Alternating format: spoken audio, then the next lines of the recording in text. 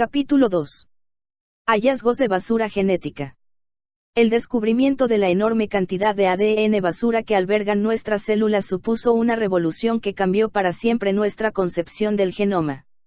Métodos punteros como las técnicas de secuenciación masiva desvelan la enorme importancia de las regiones no codificantes para el desarrollo de la vida. Durante las últimas décadas, nuestro conocimiento sobre el papel que desempeña el material genético como gobernador de los procesos básicos que conforman la vida ha aumentado de manera abrumadora. Este hecho se debe principalmente a los numerosos descubrimientos realizados acerca del complejo proceso de transmisión de la información genética. El conocimiento de estas cuestiones se desarrolló en un inicio a través de estudios de organismos simples y ha ido acrecentándose gracias al perfeccionamiento de una tecnología que, con los años, ha generado un avance exponencial en la comprensión de las zonas desconocidas de nuestro ADN. El establecimiento del código genético en la década de 1960 hizo que se focalizaran los esfuerzos en descifrar la información contenida en esas larguísimas moléculas, lo cual dio pie al desarrollo de las técnicas de secuenciación. La llegada de dichas técnicas llevó a la detección de duplicaciones de genes que no daban lugar a proteínas. A raíz del estudio de una gran diversidad de genomas, se vio que estas duplicaciones estaban presentes en todos los organismos. Este hecho llamó la atención de muchos científicos, que quisieron adentrarse en el estudio de esas misteriosas secuencias. Por aquella época, el concepto lineal de gen comenzó a hacer aguas y los resultados de las investigaciones desembocaron en un modelo alternativo, que definía al gen como una secuencia discontinua compuesta por varios fragmentos codificantes intercalados por otras secuencias de ADN que no codificaban. Para proteínas. Aunque en un principio se asumió que estas secuencias no poseían ninguna utilidad, con el tiempo se comprobó que esta idea no era exactamente así. A medida que pasaban los años, los métodos de lectura del ADN fueron evolucionando, hasta llegar a las actuales técnicas de secuenciación masiva. Esto desembocó en una obtención de datos genómicos significativamente más rápida. La aparición de proyectos, como el ya mencionado ENCODE, está dando innumerables pistas sobre la regulación y el desarrollo de nuestro material genético. La información obtenida de este y otros proyectos más actuales sin duda ayudará a comprender mejor nuestro paso por la vida y contribuirá a generar nuevas terapias para la cura de enfermedades derivadas de alteraciones en el ADN no codificante. Primeros indicios del basurero genético. Cuando se descubrió la doble hélice de ADN, nadie podía sospechar que esa molécula, inerte y que apenas reaccionaba con sus moléculas vecinas, fuera tan versátil como para contener en su propia secuencia la información que mantiene vivos a los organismos generación tras generación. Todo comenzó en Alemania a finales del siglo XIX, cuando un biólogo suizo llamado Johann Friedrich Mischke logró separar el núcleo de las células extraídas del pus obtenido de los vendajes quirúrgicos desechados. En dichos núcleos aislados, Mischke identificó unas nuevas moléculas a las que denominó nucleínas. Años más tarde, se descubrió que su naturaleza química era ácida y se les dio el nombre de ácidos nucleicos. Poco después y gracias a un estudio más profundo de dichos ácidos nucleicos, se dilucidó la composición bioquímica del ADN, revelando la secuencia ordenada de bases nitrogenadas en un esqueleto de azúcares y fosfatos.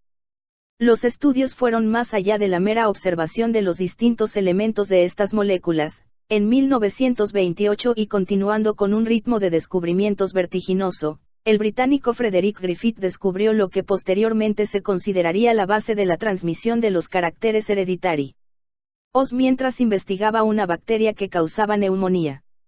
Estudió las diferencias entre una cepa de la bacteria en cuestión que producía la enfermedad, lo que se conoce en microbiología como cepa virulenta, y otra cepa de la misma bacteria, pero que no la causaba.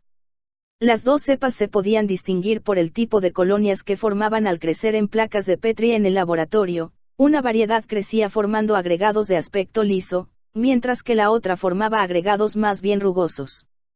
Si se inyectaba la variedad lisa a ratones, estos morían de neumonía, mientras que si se les inyectaba la variedad rugosa, sobrevivían. Cuando se mataban las bacterias lisas, causantes de neumonía, con calor y se inyectaban, el ratón, como cabía esperar, sobrevivía.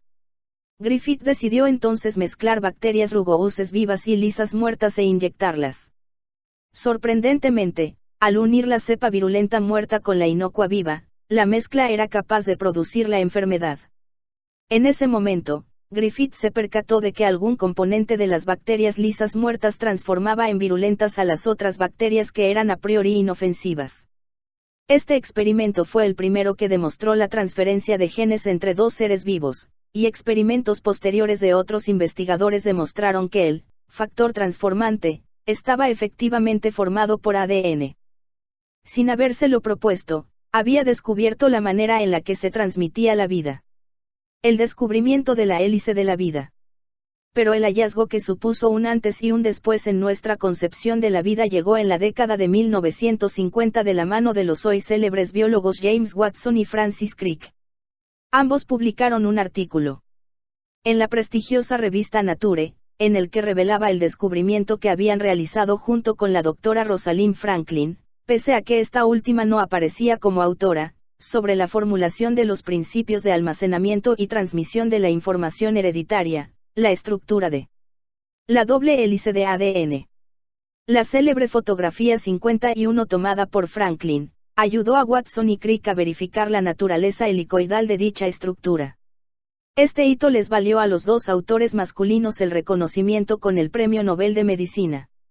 A partir de ese momento histórico en el que se establecía la naturaleza de la molécula que transporta la información genética, los esfuerzos se centraron en descifrar su lenguaje.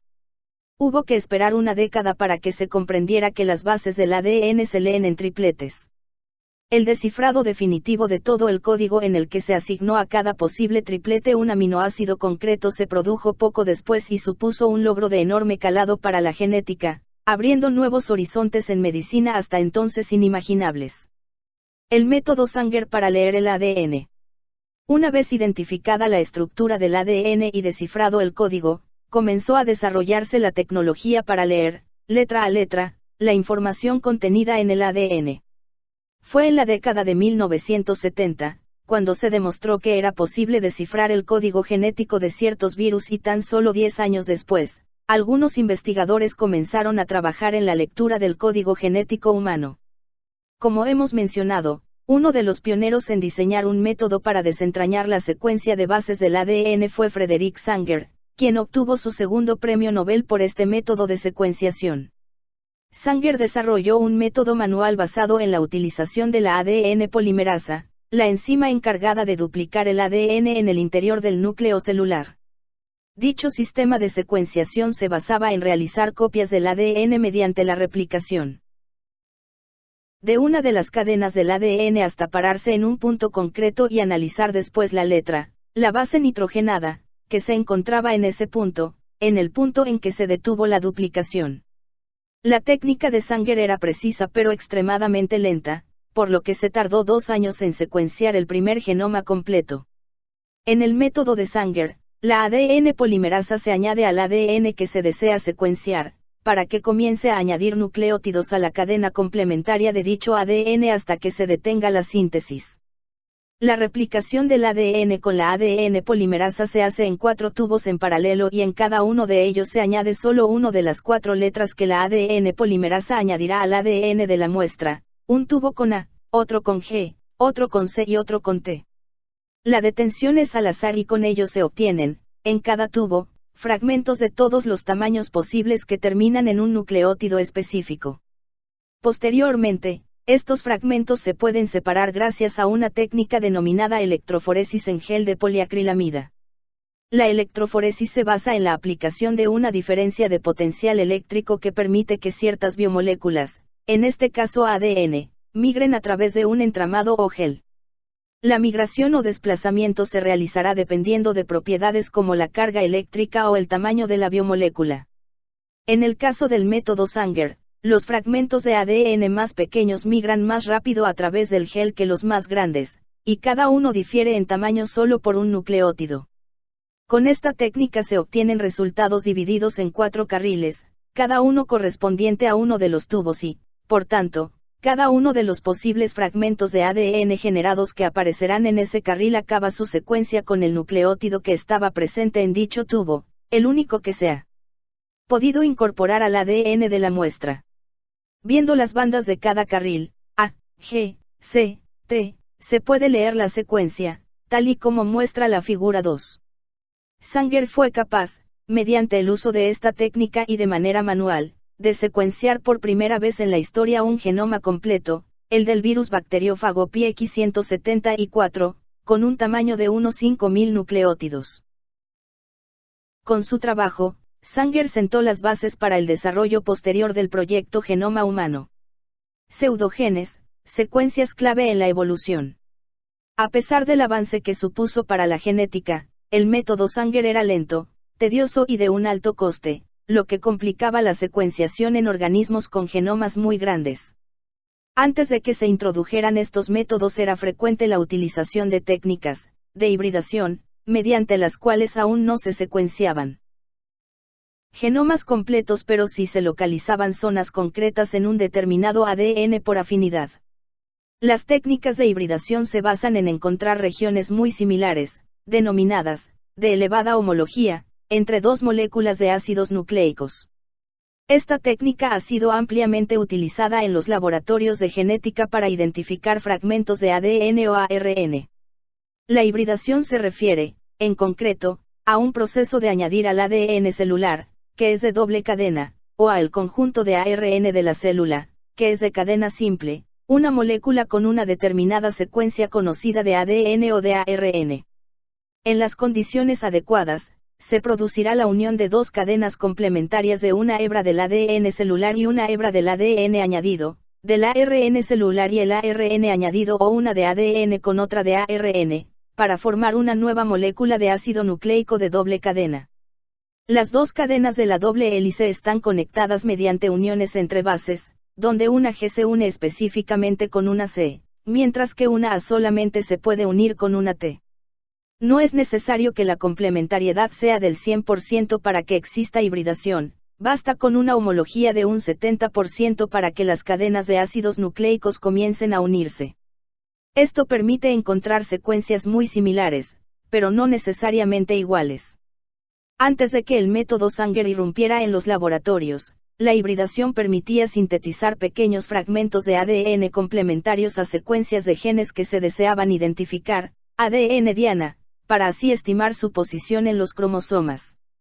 Dichos fragmentos o sondas se marcaban con alguna sustancia para que fueran visibles, como por ejemplo algún tipo de fluorescencia, Fig3. Con ello se lograba saber con gran exactitud en qué región del genoma se encontraba el segmento de ADN complementario a la sonda. Cuando se utilizaban sondas que se unían a genes, en ocasiones se observaba que las sondas marcaban regiones distintas del genoma.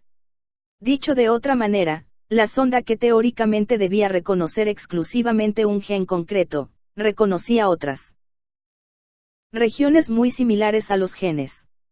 Algunos genes, por tanto, parecían estar duplicados en nuestro genoma. Tras descubrir estas duplicaciones en el ADN en numerosos organismos, Susumu Ohno quiso dar respuesta a esa cuestión. Su teoría fue fundamental para explicar grandes conceptos de la evolución de las especies. Tal y como comentamos, el gen original sería un gen perfectamente funcional, mientras que su gen duplicado no tendría función, sería un pseudogen que en realidad no tendría un cometido dentro de la célula. Durante todos estos años, se ha comprobado que la duplicación genética es un proceso que ha ocurrido de manera rutinaria a lo largo de la evolución. Se estima que alrededor del 10% de nuestros genes presentan como mínimo otra copia dentro de nuestro propio genoma. Pese a parecer un elevado porcentaje, existen organismos que han llegado a duplicar su genoma al completo, como es el caso de la mayoría de plantas. Parece ampliamente contrastado que este fenómeno ha logrado impulsar el proceso de la evolución, ya que el hecho de copiar y pegar un gen completo en nuestro genoma da la posibilidad de explorar cambios con uno de ellos mientras el original se mantiene intacto. Es mucho más sencillo modificar un gen a partir de una copia que crear uno nuevo. Tal y como afirmaba Ohno, la copia de un gen puede explorar nuevas funciones, lo que permite nuevas oportunidades de innovación biológica. Si, por ejemplo, imaginamos un gen capaz de producir una proteína que digiera solo un determinado tipo de azúcar, como la sacarosa, el organismo portador del gen tiene la supervivencia asegurada si en el medio en el que vive hay sacarosa. Si ese gen se duplica, en un principio las dos copias generarán proteínas que digieran la sacarosa, pero con el tiempo una de ellas puede acumular mutaciones, ya que existe una copia de seguridad que sigue digiriendo sacarosa de forma normal, que le permitan digerir otro tipo de azúcares. Esto le conferirá una ventaja si la sacarosa deja de estar disponible en el medio. No obstante, normalmente estas duplicaciones generan, por la misma acumulación de mutaciones fortuitas, genes no funcionales. A pesar de tratarse de una excelente táctica evolutiva, para uno la dinámica de duplicar genes y almacenarlos como basura, representaba una pérdida de energía evolutiva, un estorbo a nivel bioquímico que se había quedado enquistado entre regiones funcionales, que sí eran relevantes para la biología de la especie. Esta opinión se extendió entre notables científicos de la época, y el mismo Francis Crick, descubridor de la hélice de ADN, publicó un artículo con el título, ADN egoísta, el parásito definitivo, en el cual se argumentaba que a mayor número de secuencias duplicadas carentes de función, más gasto energético conllevaba para el organismo. Según estos científicos, la selección natural debería limpiar los residuos que se fuesen quedando en los genomas de los seres vivos, para mejorar así la gestión energética y la capacidad de supervivencia. Dejando a un lado la ineficiencia energética del proceso de duplicación genética, lo que se pudo constatar a raíz de todos los resultados obtenidos del estudio del ADN es que este estaba compuesto por algo más que genes que se traducían a proteínas. Había llegado pues el momento de arrojar luz sobre esas misteriosas secuencias. Los genes como bloques discontinuos.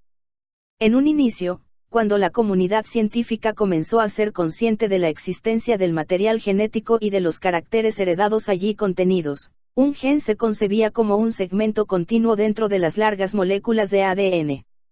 Pero el concepto de gen cambió radicalmente cuando el británico Richard Roberts y el estadounidense Philip Sharp descubrieron, de manera independiente, que los genes podían ser discontinuos, es decir, que se podían constituir en bloques separados por secuencias contiguas que no codificaban para ninguna proteína.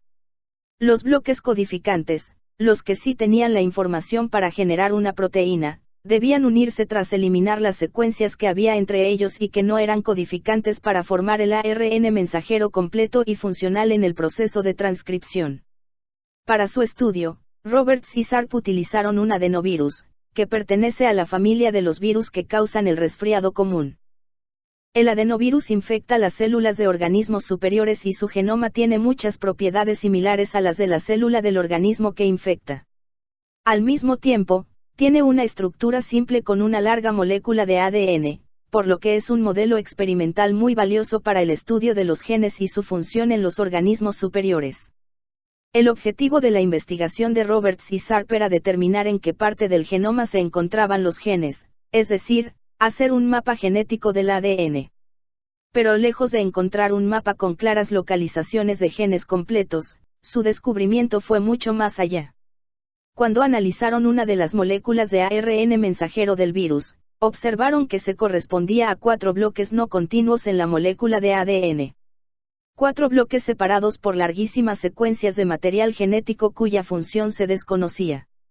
A dichas secuencias las denominaron intrones.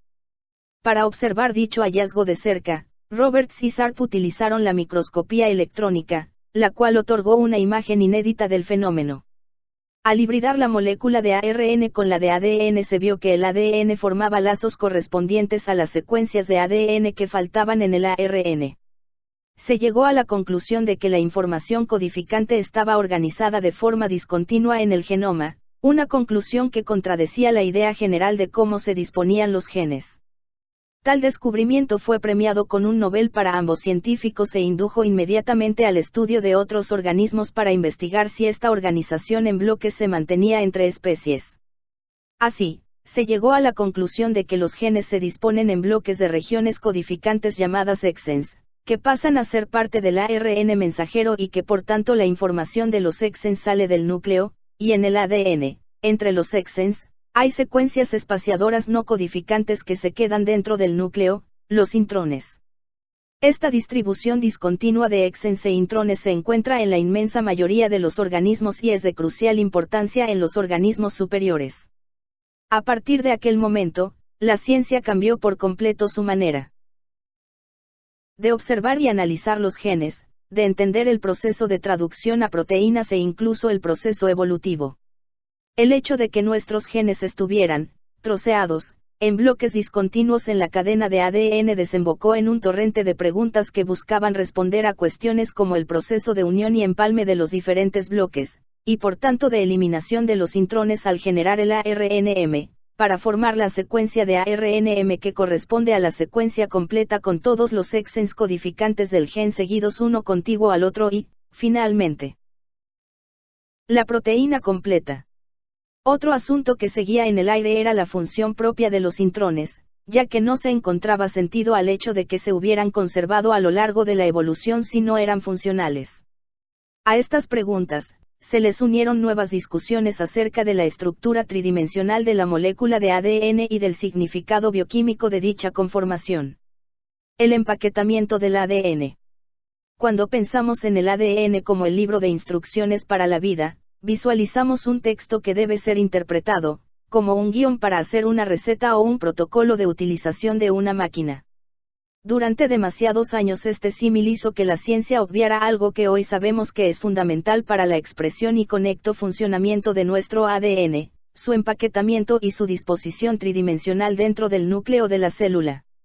Si un libro de recetas estuviera escrito como nuestro genoma, quizás el primer punto de una receta se encontraría en la página 127 mientras que el segundo punto estaría en la 329, con la lista de ingredientes en otro capítulo, mezclado con los ingredientes de otra receta. Es decir, la imagen del genoma como un compendio de información que se lee de forma lineal no corresponde a la realidad. Como ya se comentó con anterioridad, el ADN se encuentra enrollado alrededor de las histonas. Esta característica permite un mejor almacenamiento y una fina regulación de las partes que pueden o no ser accesibles para ser transcritas. Las histonas fueron descubiertas por Roger Kornberg gracias a un minucioso estudio que le dio resultados inequívocos en sus experimentos. En ellos, encontraba una estructura regular sobre la fibra de ADN que correspondía al enrollamiento de la fibra alrededor de proteínas. La misma estructura podía ser vista utilizando un microscopio electrónico o interpretando la difracción por rayos X. La compactación del ADN alrededor de las histonas está regulada por una modificación química de dichas proteínas. Estas modificaciones consisten en la adición de moléculas, normalmente pequeñas, que alteran el estado o la función de las histonas. Con los años se comprobó que no solo las histonas se podían modificar de esta manera, sino que el propio ADN también podía acumular alteraciones químicas. Como estos cambios químicos no inciden en la secuencia de letras del ADN, pero permiten una regulación, por encima, de la secuencia, se las bautizó como marcas epigenéticas y ayudando a regular de una manera precisa la expresión o lectura genética. Como estamos viendo, diferentes experimentos mostraban distintos tipos de secuencias de ADN considerado basura que, a pesar de su inclusión dentro de este conjunto tan peyorativo, sí desarrollaban o parecían desempeñar un papel en la biología de la célula. Pero realmente, ¿cuánto ADN basura poseemos? ¿Cuánto ADN es verdaderamente inservible? La respuesta solo se podía obtener leyendo letra a letra todo nuestro código genético. Leer la secuencia del ADN. El proyecto Genoma Humano fue iniciado en 1990 por un consorcio internacional de investigadores y en 2001 ya se anunció el primer borrador. 2 años después, se publicó de manera oficial el primer genoma humano jamás secuenciado y los datos derivados de dicho estudio ayudaban a conocer de manera directa la cantidad de basura genómica presente en nuestras células. La velocidad en la publicación del primer borrador fue debida en gran parte a la aparición en escena de una empresa privada, Celere, que mediante una aproximación distinta de la del consorcio pretendía acabar la secuenciación antes y con un coste menor. El proyecto del consorcio público se planteó en 2 fases. La primera consistió en dividir el ADN humano en trozos lo suficientemente pequeños como para ser secuenciados. Pero cuando se habla de ADN humano no se hace referencia a una única molécula de ADN proveniente de una célula, pues a principios de la década de 1990 era impensable llegar a manipular algo tan infinitamente pequeño. Lo que se utilizaba por aquel entonces era una muestra de millones de moléculas de ADN procedentes de las células de un mismo organismo, para después proceder a su separación en trozos y su posterior secuenciación.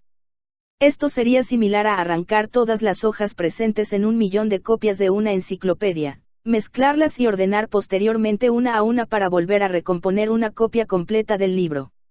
Además, las hojas no estarían numeradas, lo cual dificulta aún más su ordenación. La única manera de averiguar el orden de los fragmentos de ADN era solapar las regiones finales de un fragmento e iniciales de la secuencia del fragmento contiguo, es decir, buscar aquellos trozos de papel que contuvieran como frase inicial la frase final de otro fragmento de papel y asumir que uno era la continuación del otro. La primera fase del PGH logró secuenciar más del 90% del ADN humano en aproximadamente 10 años. El método de secuenciación utilizado en el PGH era una variante del método Sanger, en el cual en lugar de una electroforesis de poliacrilamida en 4 carriles se utilizaron fluorocromos, moléculas que emiten fluorescencia.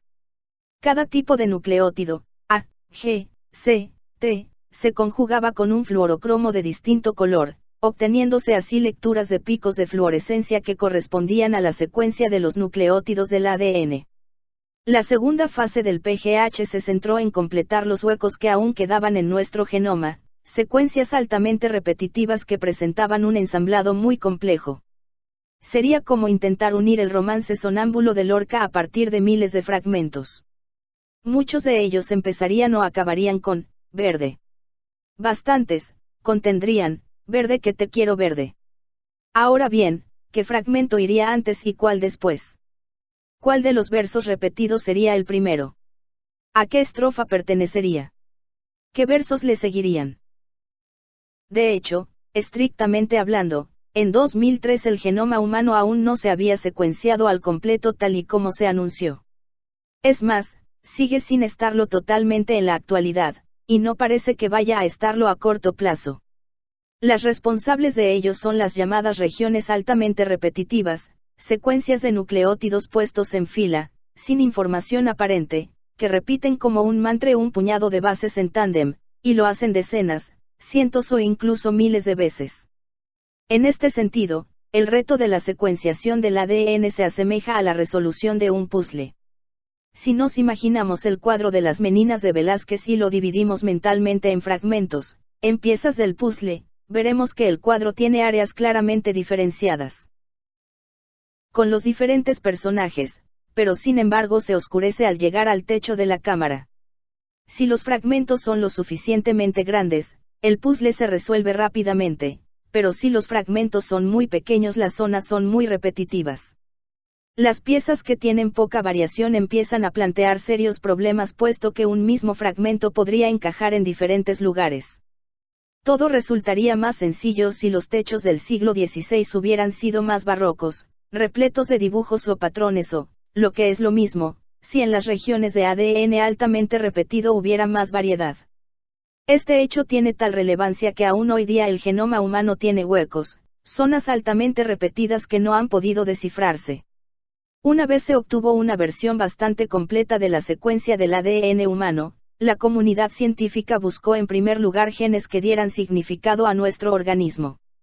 La búsqueda de dichos genes se llevó a cabo por medio de métodos mayoritariamente bioinformáticos, que buscaban similitudes con genes conocidos de otros organismos o con regiones de ADN que ya sabíamos que codificaban determinadas estructuras de proteínas. En este punto, solo quedaba entender lo que escondía ese ADN no codificante que aparecía en nuestro genoma de manera continua, misterio que se fue esclareciendo posteriormente gracias a las nuevas técnicas empleadas para su estudio. Versiones mejoradas del método de Sanger, la secuenciación masiva. En 2005 irrumpió en el mercado biotecnológico la nueva generación de plataformas de secuenciación que permitieron realizar el proceso en máquinas cada vez más pequeñas y de forma paralela, lo que permitió secuenciar ADN a nivel masivo. Estas nuevas máquinas evolucionaron de manera vertiginosa, tanto en cuestión de precisión como de rendimiento. Estas mejoras, así como el abaratamiento del coste, han permitido la rápida expansión de su uso en la comunidad científica, ofreciendo nuevas alternativas para la secuenciación de genomas completos o de zonas concretas del genoma, como por ejemplo las secuencias altamente repetitivas tan complejas de secuenciar. El impacto en la investigación genómica fue tal que desde entonces vivimos en la época que ha venido a llamarse Next Generation Sequencing. Durante la última década del siglo XXI, se han realizado enormes progresos en términos de velocidad, de longitud de lectura y de rendimiento, por lo que se ha desarrollado un gran número de aplicaciones de secuenciación en ciencias básicas, así como en las áreas de investigación aplicadas a la clínica, la agricultura y la ciencia forense. Métodos de secuenciación masiva. La inmensa mayoría de las plataformas de secuenciación de nueva generación utilizan el principio de la secuenciación por síntesis, como en la secuenciación de Sanger. Los nucleótidos incorporados a la cadena llevan unidos fluorocromos, 4 distintos, uno para cada base, que al ser excitados por láser emiten fluorescencia en diferentes longitudes de onda. En el proceso se utilizan cámaras fotográficas que recogen nucleótido a nucleótido la luz emitida en las celdas de reacción y producen una imagen en la que cada fotograma representa la unión de un nucleótido al ADN que está siendo secuenciado y la emisión de luz del fluorocromo correspondiente. Es decir, se fotografía, fotograma a fotograma, cómo se va alargando nucleótido a nucleótido una cadena de ADN, generando la película de un proceso que se da a escala nanométrica. Estas cámaras, además, permiten registrar en paralelo la secuenciación por síntesis de millones de fragmentos de ADN, lo que hace posible el desarrollo de proyectos de secuenciación de enormes fragmentos en periodos de tiempo hasta hace poco impensables. A pesar de las diferencias, todas estas plataformas de secuenciación masiva comparten varias características. En todas ellas, el ADN se fragmenta al azar y se unen adaptadores específicos a ambos lados de cada fragmento. Además, la secuenciación ocurre al mismo tiempo en todas las moléculas de ADN, secuenciación masiva y paralela, lo que aumenta exponencialmente la cantidad de datos generados por cada fragmento de ADN. Las plataformas de secuenciación de nueva generación permiten realizar una secuenciación solapante, como las más tradicionales. Esto se basa en que durante la secuenciación masiva y paralela de los diferentes fragmentos, se identificarán, seguramente, más de una vez las mismas secuencias, las cuales pueden estar situadas en el extremo de un fragmento de ADN o en el centro de otro fragmento, por ejemplo. El análisis de todos estos solapamientos permite resolver el puzzle del ADN. Estas técnicas generan archivos de resultados del orden de decenas de gigas por muestra y deben ser manejadas con complejos abordajes informáticos y matemáticos que permitan discriminar los solapamientos y utilizarlos para montar la secuencia lineal del ADN a estudiar. La tecnología Illumina es pionera en esta técnica de secuenciación. El tamaño de lectura de ADN que Illumina suele reportar es de 150 nucleótidos, lo que en el campo de la secuenciación se conocen como lecturas cortas. Como todo el puzzle del ADN humano tiene unos 3.000 millones de nucleótidos, Illumina nos propone un puzzle con 20 millones de piezas. En esencia, la estrategia de Illumina es la misma que utilizó la empresa Celere para secuenciar el genoma humano, durante la competición que le enfrentó al consorcio público. Celere secuenció fragmentos cortos y utilizó la fuerza bruta de la computación para ensamblar el puzzle resultante. Además de las ventajas ya descritas, la tecnología de Illumina presenta una tasa de acierto muy elevada, cercana al 99%.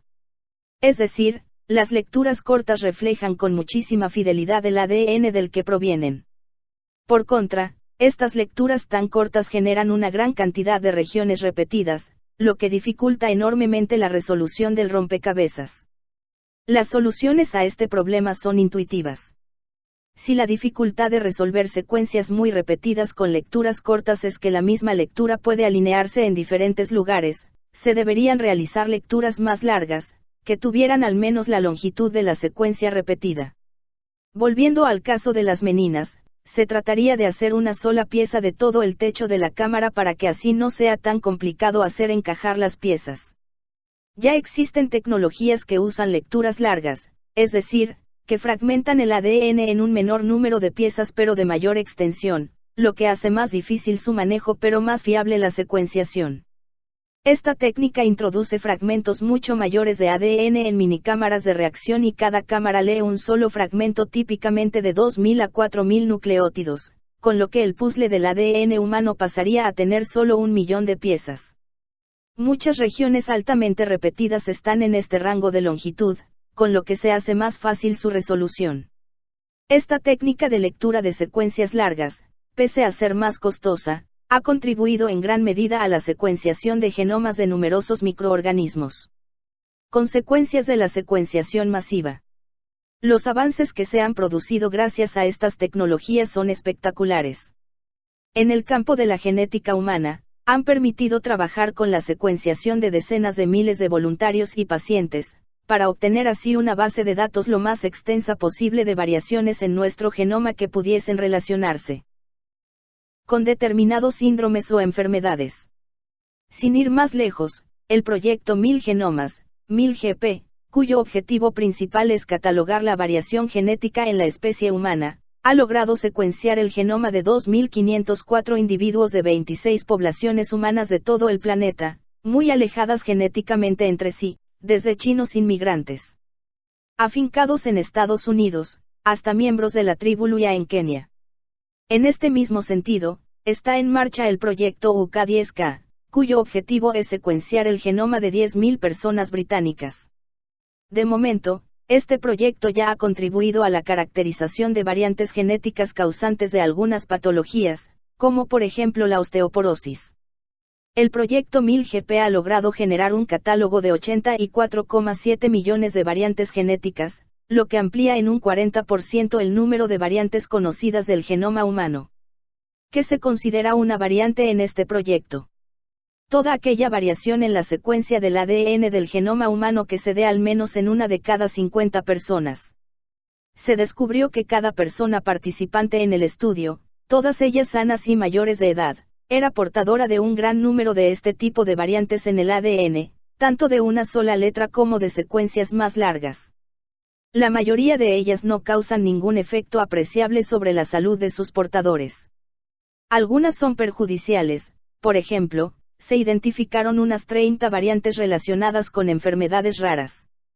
Algunas variantes pueden presentar efectos beneficiosos, como una variante muy poco frecuente que protege a sus portadores de la infección por el virus del SIDA. El proyecto también ha contribuido a caracterizar la historia evolutiva de las poblaciones humanas. Así, por ejemplo, se ha confirmado el origen demográfico común de todos los humanos que se sitúa entre 150.000 y 200.000 años atrás. También ha podido analizarse la disminución poblacional que sufrieron los pueblos europeos, asiáticos y americanos, y se estima que llegaron a tener tamaños de población inferiores a los 1.500 individuos, hace unos 15.000 a 20.000 años. Esto nos da una idea de la importancia de la selección natural en la adaptación a los ambientes locales, pero también de la deriva genética producida, por ejemplo, cuando una población procede de unos pocos fundadores en lo que se conoce como efecto de cuello de botella. Como resultado de la ingente cantidad de datos que aportan estas aproximaciones y del nivel de especialización informática para tratarlos, la persona experta en bioinformática se ha convertido en una de las figuras más relevantes con las que debe contar un laboratorio de genética. Uno de los retos a los cuales deben enfrentarse los bioinformáticos es el almacenamiento de ingentes cantidades de datos generados a partir de los estudios genéticos. En el Instituto Sanger de Cambridge, a pesar del uso de distintos sistemas de compresión, se alcanzan volúmenes de decenas de petabytes, equivale a 1015 bytes, de información. Es decir, decenas de miles de discos duros de 1 terabyte. ¿Cómo analizar el ADN basura? A partir de todas las técnicas descritas, se ha concluido que el ADN se muestra como un compendio de estructuras, genes, pseudogenes, intrones, donde las funciones regulatorias y de producción de proteínas se intercalan con vestigios evolutivos que en ocasiones no son funcionales. La gran cantidad de elementos genéticos sin propósito conocido abrió un campo amplísimo de estudio para la ciencia, la cual debía cumplir la misión de entender cómo y por qué ese ADN basura sigue atado a nuestras células. Pero ¿cómo se analiza la supuesta funcionalidad de un fragmento del genoma que, a priori, es un sinsentido? Para abordar esta cuestión, los laboratorios han utilizado técnicas basadas en encontrar interacción de ADN con proteínas. Se trabaja bajo la premisa de que si una secuencia de ADN interacciona con una proteína, esa proteína tendrá función regulatoria. Existen multitud de proteínas que interaccionan con el ADN y que tienen como función, por ejemplo, decidir cuáles son los genes que se transcriben y cuáles permanecen inactivos o silenciados. En buena medida, esta condición viene determinada por el ensamblaje del ADN alrededor de las histonas, las proteínas que permiten su empaquetamiento. Por tanto, no solo nos interesa conocer la secuencia de ADN de un organismo, sino también saber qué proteínas están unidas al ADN y qué modificaciones presentan las histonas en cada momento. Anticuerpos y cortes en el ADN. Para detectar proteínas, los investigadores han usado durante años otras proteínas, conocidas como anticuerpos, que tienen la capacidad de unirse a las proteínas de manera específica. Estos complejos anticuerpo-proteína precipitan, es decir, se depositan en el fondo del tubo o recipiente, en lo que se conoce como inmunoprecipitación. Esta técnica hace posible la identificación de infinidad de proteínas. En los años 1980 el laboratorio de John Lee se planteó la manera de estudiar a qué secuencias se unían algunas proteínas a través del uso de anticuerpos. La idea consistía en cultivar células en el laboratorio en las que, como parte de procesos biológicos necesarios para la vida celular, determinadas proteínas se están uniendo al ADN genómico. Estas proteínas, factores de transcripción, histonas, que se unirían a una secuencia concreta de ADN, eran la que Lee y sus colaboradores querían identificar.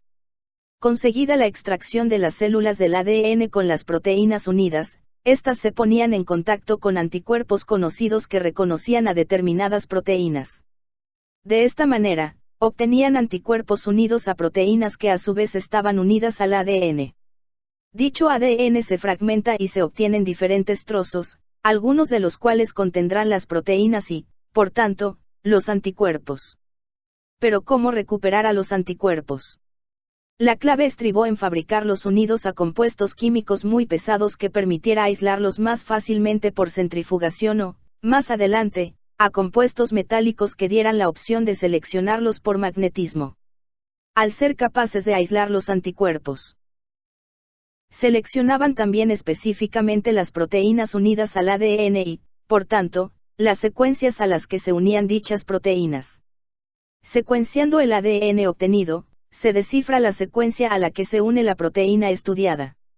Por tanto, esta técnica, bautizada como inmunoprecipitación de la cromatina, ChIP, de Chromatin Immunoprecipitation, permite identificar, de manera indirecta, a qué secuencia se une una proteína concreta.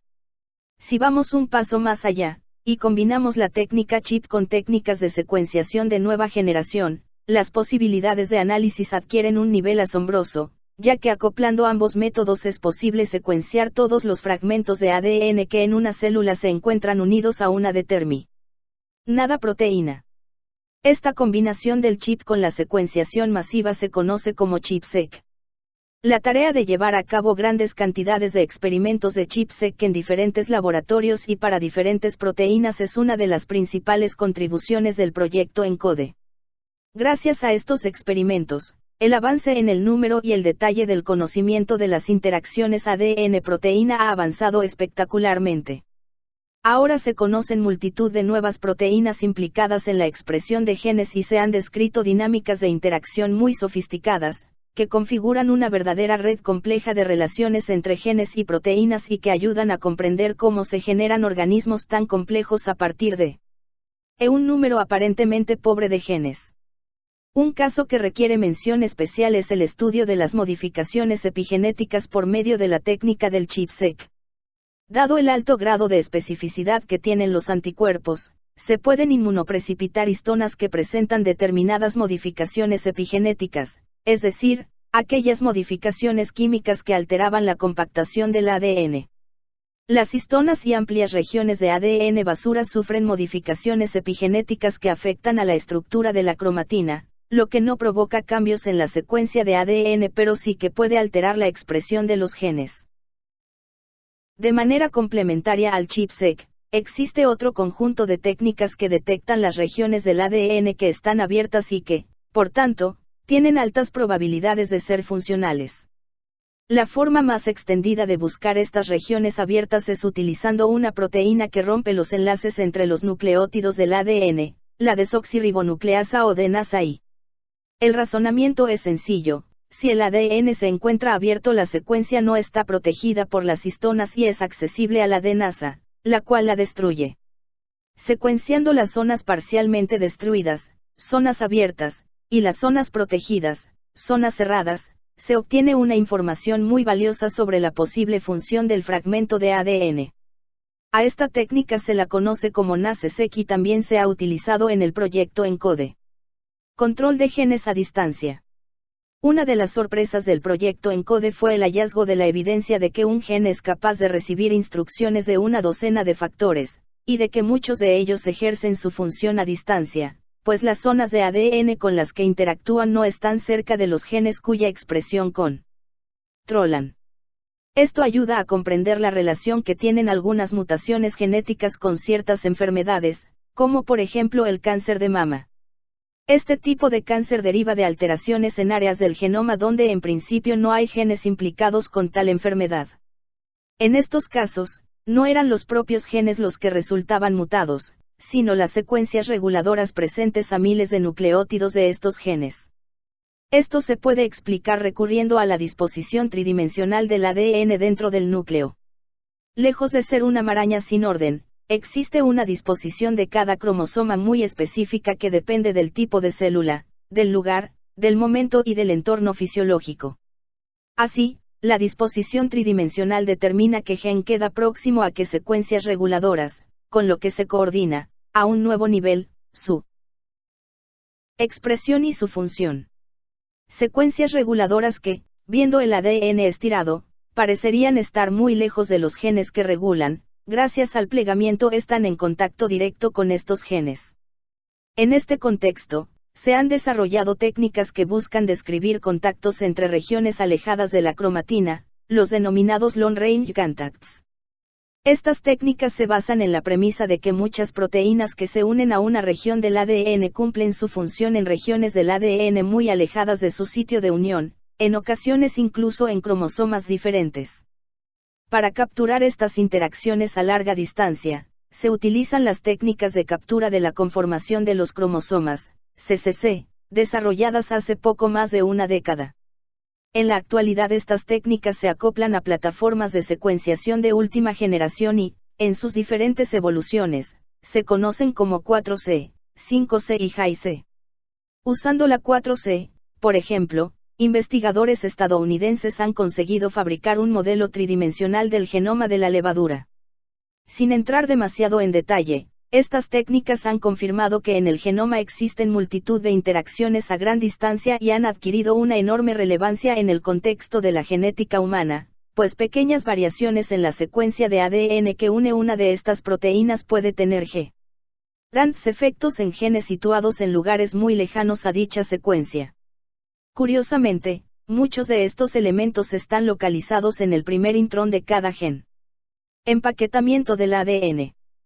Desde hace un par de décadas se está prestando cada vez más atención al papel que juega el ambiente en la disposición y empaquetamiento del ADN en el núcleo. Si bien el ambiente puede llegar a cambiar la secuencia mediante mutaciones, también puede llegar a reestructurar en gran medida la disposición del genoma, lo que cambiará el patrón de expresión genética. Ser conscientes de este hecho ayudará a entender el rol que desempeña el ambiente en la aparición de muchas enfermedades, así como a desarrollar fármacos que se enfoquen a alteraciones. Uno de los casos más paradigmáticos es el de la enfermedad de Crohn, cuya característica básica es la inflamación del intestino. Muchos pacientes presentan en su secuencia de ADN la misma predisposición a desarrollar la enfermedad, sin embargo, unos la desarrollan con mucha mayor gravedad y en etapas más tempranas de la vida.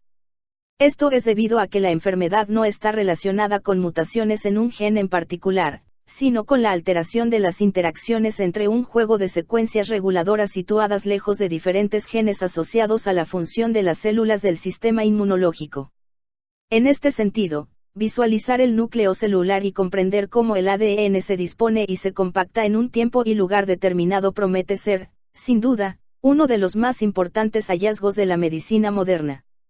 Sin embargo, los expertos señalan que esto no significa el fin de una misión, sino apenas el comienzo. Comprender la totalidad de las interacciones físicas y moleculares en nuestro ADN corresponderá a tener una película de la vida de cada una de nuestras células. La ciencia ya cuenta con varios directores, esperando rodarla y con una tecnología que está cada vez más cerca de conseguirlo. Almacenar información en el ADN.